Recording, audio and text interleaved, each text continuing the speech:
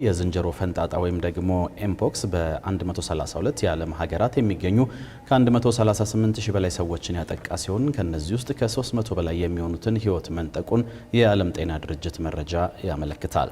ከፍተኛውን የተጠቂዎች ቁጥር በያዘችው አህጉራችን አፍሪካ ደግሞ በያዝነው የፈረንጆቹ 2025 ብቻ ከ14700 በላይ አዲስ የበሽታው ተጠቂዎች የተመዘገቡ ሲሆን ከ67 ሰዎች በላይ ደግሞ ሕይወታቸው አልፏል። ከትላንት በስቲያ እሁድ ደግሞ በኢትዮጵያ መከሰቱ የተነገረው በሽታው እናትና ልጅን ማጥቃቱ የተረጋገጠ ሲሆን ሌሎች ከህሙማኑ ጋር ንክኪ የነበራቸው ሰዎች እየተመረመሩ መሆኑን ጤና ሚኒስቴር አስታውቋል። ብሩክ አስቀናው በዝርዝር የተመለከተው ጉዳይ ነው። ወደዛው ነው የምናልፈው።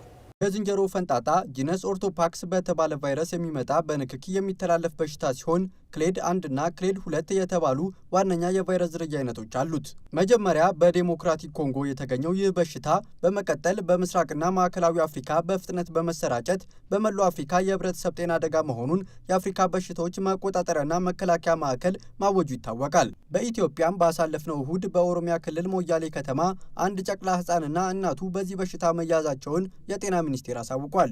የበሽታው ምንጭ ወደ ጎረቤት ሀገር ሄዶ ነበር የተባለው የህፃኑ አባት ሊሆን እንደሚችል በመጠርጠሩ አባትየው በሄደባቸው አካባቢዎች እንዲሁም ከግለሰቡ ጋር የቅርብ ንክኪ የነበራቸው ግለሰቦችን በመለየት ክትትል እየተደረገ ሲሆን ይህ ዜና እስከተጠናከረበት ጊዜ ድረስ በሽታው እንዳለበት የተረጋገጠ ተጨማሪ ሰው መኖሩን የጤና ሚኒስቴር አላሳወቀም።